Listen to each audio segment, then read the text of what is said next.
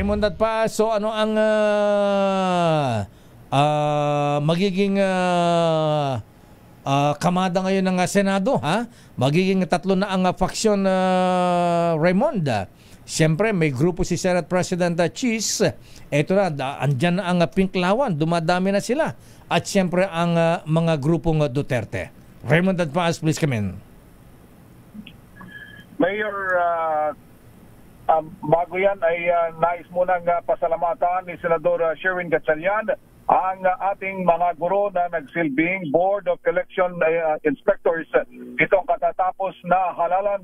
Dahil ayon kay Gatchalian, yung ating mga guro ang nagsilbing frontliners para lang magkaroon tayo ng maayos na halalan nitong nakalipas na araw ng Lunes. Para naman kay Senador Joel Villanueva, itinuturing ng vanguards of the ballot ang mga guro dahil sa kanilang serbisyong ipinagkaloob nitong katatapos na halalan, maliban pa sa pagbibigay pugay din sa mga kasapi ng Philippine National Police, ang Armed Forces of the Philippines na nagbantay din at ganoon din yung mga kasapi ng mainstream media na simula pa sa panahon ng kampanya ay naghahatid ng totoong balita sa ating mga kababayan. Yung binabanggit mo, Mayor, na tungkol sa impeachment, mga faksyon, faksyon. Yung ating mga nakakausap dito, yung nagpapasintabi muna sila dahil kailangan mo nang maisayos, ma-formally daw na ma-proclaim at manumpa itong mga senador pagkatapos nitong halalan na ito.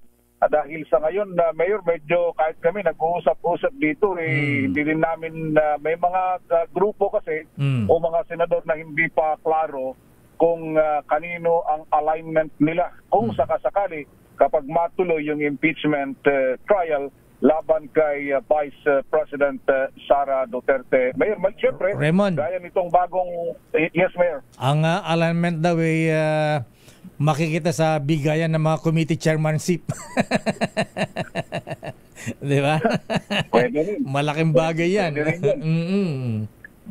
Pwede rin yan. At siyempre, alam naman natin na lalo na siyempre, Mayor, yung mga nakaranas na ng mga nakaraang impeachment, yung huli, yung na-convict si dating Chief Justice Renato Corona, na ako'y kasama din doon, kami ni partner Florante nag-cover doon.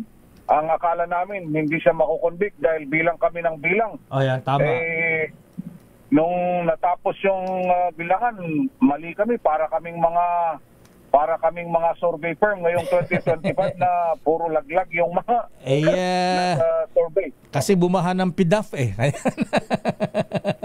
Kaya biglang nagbago ang ihip ng hangin. Yung acquittal naging for conviction.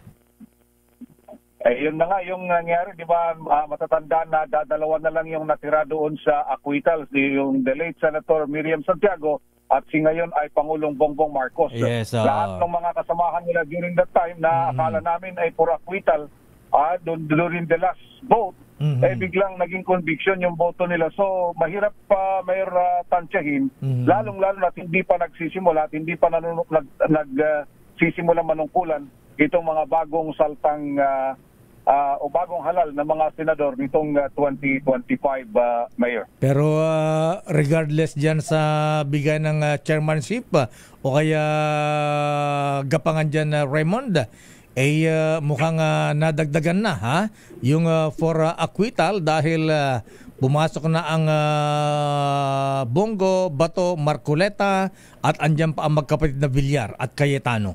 At si Manang Aimee pa. Si Manang Aimee. So, medyo, kung bibilangin mo na nga, kasi ang sabi nila, you just need 8 votes daw to, para hindi lang matuloy yung conviction. Pero, siyempre, hindi nga natin alam tayo kung yung bilang na yan ay mananatili hanggang sa kung dumating man sa puntong kailangan na magbotohan pabor o kontra sa impeachment.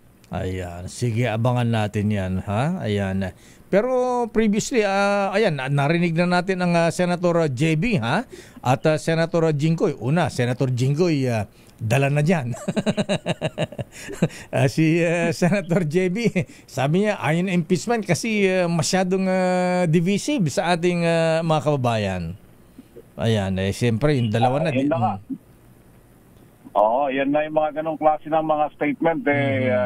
Makikita mo na ang kanilang stand. Kung mananatili yan hanggat sa dulo. Mayor, yung mga ganyang klase ng mga statement na previously kasi, hindi naman natin kinukumpara, pero may mga narinig na din tayong mga ganyang statement. Pero nung huling araw ng botohan, biglang nagbago ang ihip ng hangin na siyempre, hindi natin alam kung ano yung mga napag-usapan in between. Ayan. Bago nangyari yung conviction dati at finailan ng kasong impeachment na si dating Chief Justice Corona. Ayan, may nangyaring gapangan kasi. Pero so far, ano mga nagiging statement ni na, of course, Senator Win Gatchalian? Si Senator Gatchalian, wala pang linaw yung kanyang mga statement. Hindi naman nila itinatanggi previously na talagang naging magkaibigan sila ni dating itong si sitting Vice President Sara Duterte, Mayor. Itong kasi di ba may panahon nga nagkataon nga na pumorma pa yan eh. Akala nila na maging running mate sana ni Sara Gatchalian sana, di ba? Kaya lang pumasok ang Pangulong Marcos. Kaya naging Marcos Sara yung tandem. Yun yung mga ganun. May mga ganong klaseng pagkakataon noon. Noon yan, Mayor. Hindi natin alam kung yung mga ganong klase ng mga political maneuver ay mananatili hanggang ngayon at hanggang sa dumating sa punto na talagang botohan para dito sa impeachment ni Vice President Sara. Anong sabi ni Senator Florante Rosales? Si Senator Lito Lapid, anong stand niya dyan? Kailangan makausap natin muli. Mayor, dahil ngayon nung kahapon, isang araw, kinakabahan na mukhang medyo kumalma na ngayon dahil naka-stick na siya dun sa number 11. Nang makita na almost 10 na yung bilangan, kaya medyo nakakahinga na maluwag. So si Senator Lito Lapid, yung kanyang Chief of Staff na si Boss Ricky Ileto, at saka si Parker Florante at si Ronnie Kalumpita na kasama nilang nag-ikot sa iba't ibang bahagi ng Pilipinas. Balita ko, tapos na eleksyon, nangangampanya pa ulit eh.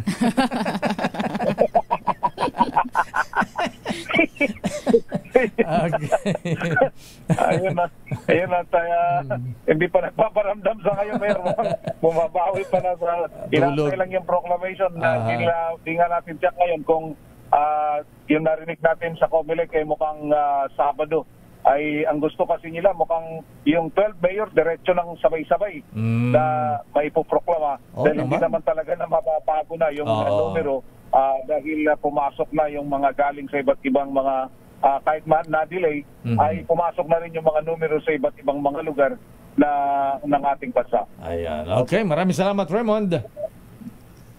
Ito si RH28 Raymond Advance para sa DZRH, una sa Pilipinas, una sa Pilipino. Daming bayan.